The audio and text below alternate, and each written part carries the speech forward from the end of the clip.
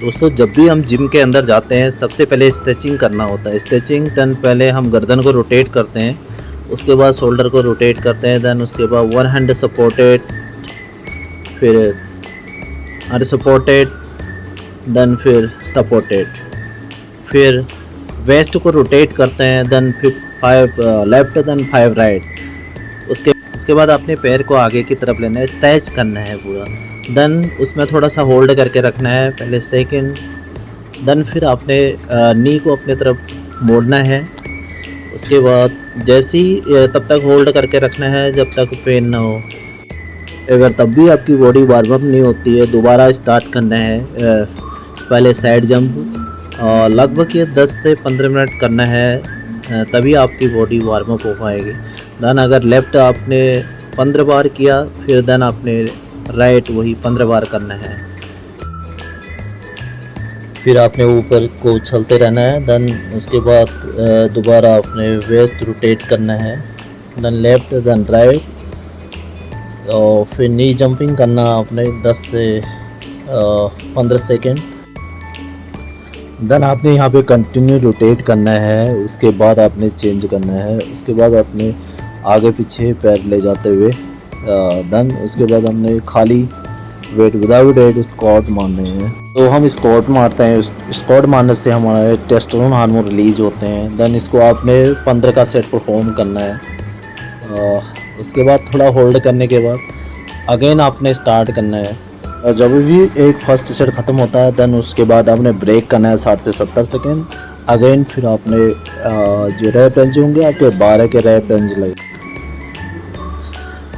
Again आपने break करना है 60 से 70 सेकेंड का। फिर 60 से 70 सेकेंड होने के बावजूद आपने जंपिंग स्क्वाट्स लगाने हैं। इसके रैप रेंज 12 होंगे। आपने इसको कंटिन्यू जब भी आप जो भी एक्सरसाइज कर रहे हो उसके दौरान आपने मसल और माइंड का कनेक्शन बरकरार रखना है। फिर आपने रेस्ट करना है, जो भी आपने बीच में रेस्ट करना है वो रेस्ट आपने प्रॉपर रेस्ट करना है। रेस्ट आपका 60 से 70 सेकंड का होगा।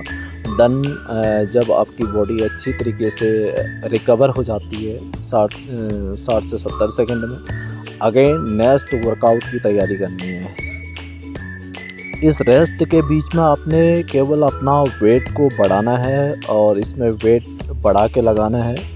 जब आपने नेक्स्ट जो भी वर्कआउट होता है उसको वेट बढ़ा के लगाना है, जिससे क्या होगा आपके आगे के लिए आपका डेवलपमेंट अच्छा होगा, आपका परफॉर्मेंस अच्छा होगा। जितना आप धीरे धीरे वेट बढ़ाना है, ऐसे एकदम आपने वेट बढ़ाओगे उसमें आपका डेवलपमेंट नहीं हो पाएगा। देन 60 से 70 सेकंड जैसे ही ब्रेक के बाद आपने नेक्स्ट एक्सरसाइज परफॉर्म करनी है। और इसके बीच में आप पानी ले सकते हैं, अगर आपका मुंह सूख रहा है पानी की रिक्वायरमेंट है, पानी ले सकते हैं। देन फिर आप लास्ट सेट परफॉर्म करेंगे आप फुल वेट से। आप पे नीचे अच्छी तरीके से बैठना है और उसके बाद ऊपर लेके होल्ड करना है मसल। यहाँ पे जहाँ भी आप एक्सरसाइज को होल्ड करते हो वहाँ पे आपने मसल और माइंड का कनेक्शन ज़रूर बरकरार रखना है। देन ये जो सेट परफॉर्म करेंगे लास्ट सेट, इसमें 8 के रैप रेंज। इन एक्सरसाइजों में जो भी एक्सरसाइज आप परफॉर्म कर रहे हो इनमें आपका पोस्चर और मोशन बहुत इम्पोर्टेंट करता है। अगर आप पोस्चर और मोशन अगर आपका ख़राब हो जाएगा तो आपके बॉडी में क्रैम्प पड़ सकता है, इंजरी हो सकती है। देन सेफ्टी के लिए आप बेल्ट को ज़रूर पहनें। देन आप जैसे आपका 8 का सेट हो जाता है फिर आपने उसको रिलीज़ करना है। अगेन 60 से 70 सेकंड का रेस्ट, नेक्स्ट वर्कआउट की तैयारी करनी है। देन इसके बीच में जो रिकवरी होती है, रिकवरी के दौरान आप पानी पी सकते हैं, पानी या देन इसके अलावा हम BCA या AAA ले सकते हैं जो हमारे ड्यूरिंग एक्सरसाइज में मदद करता है। इसमें बॉडी रिकवर हो जाती है, नेक्स्ट वर्कआउट के लिए पुश करती है। देन पानी को भी आपने सिप करके पीना है और ब्रेक आपने ज़्यादा नहीं करना है। ब्रेक आपका टोटली 60 से 70 सेकंड का होना चाहिए। देन इसके अलावा आपने इसमें अन्य कोई भी एक्टिविटी नहीं करनी है, मीन्स जैसे पुशअप या पुलअप्स। उसके बाद आपने जो वेट आपने जहाँ से ले रखा है उस वेट को आप उसी जगह पे डालो। नहीं तो आपको आपके पैर लग सकता है, आपको इंजरी हो सकती है।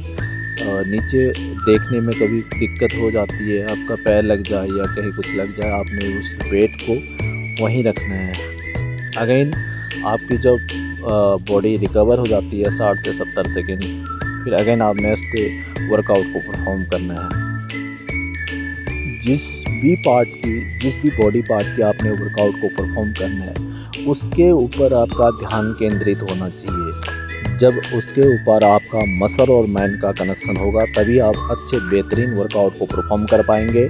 देन फिर आपने पूरा वेट को निकाल के नेक्स्ट वर्कआउट को परफॉर्म करेंगे। इसमें आपने थोड़ा हिप्स को पीछे की तरफ और पैर घुटने को मोड़ते हुए दोनों हाथों से बारबेल को अपनी तरफ खींचना है। यहाँ पे जो सेट परफॉर्म करेंगे, इसके सेट जो लगेंगे आपके 12 के रेप रेंज लगेंगे, और इसमें भी आपने हर सेट में आपने मसल और माइंड का कनेक्शन ज़रूर रखना है। देन यहाँ पे आपने फिर 60 से 70 सेकेंड का ही ब्रेक रखना है। अगेन फिर आपने वेट बढ़ाना है। इसका वेट बढ़ाने के बाद आपने देन जब भी नेक्स्ट वर्कआउट परफॉर्म करना है, उसका वेट बढ़ा के ही परफॉर्म करना है। आपने इसमें भी आपने बेल्ट ज़रूर पहनना है, क्योंकि जब भी आप ज़्यादा वेट हैंडल करते हो, ज़्यादा वेट परफॉर्म करते हो, तब आपके कमर में झटका लग सकता है। इसलिए सेफ्टी के लिए फर्स्ट प्रायोरिटी है आप बेल्ट ज़रूर पहनें। और इसके बीच में अन्य एक्टिविटी कुछ भी नहीं करना है। वेट बढ़ा सकते हैं, देन आप पानी पी सकते हैं, BCA पी सकते हैं और AAA पी सकते हैं। देन आपने फिर बीच में ड्यूरिंग एक्सरसाइज इसके अलावा आप पानी पी सकते हैं। पानी भी आपने या जो भी आप BCA ले रहे हो, आपने इसको धीरे धीरे कंज्यूम करना है, मतलब ज़्यादा नहीं पीना है। जितना रिक्वायरमेंट है आपको उतना ही पीना है और सिप करके पीना है। नेक्स्ट वर्कआउट आपने वेट बढ़ा के परफॉर्म करेंगे। आपने उसी तरह उठा के पहले आप होल्ड करें, फिर उसको धीरे धीरे परफॉर्म करें। वेट बढ़ाने के बाद जो सेकंड के रैप रेंज लगेंगे, वो रैप रेंज आपके 10 के लगेंगे। फिर आपने रेस्ट करना है, फिर अगेन नेक्स्ट वर्कआउट परफॉर्म करना है।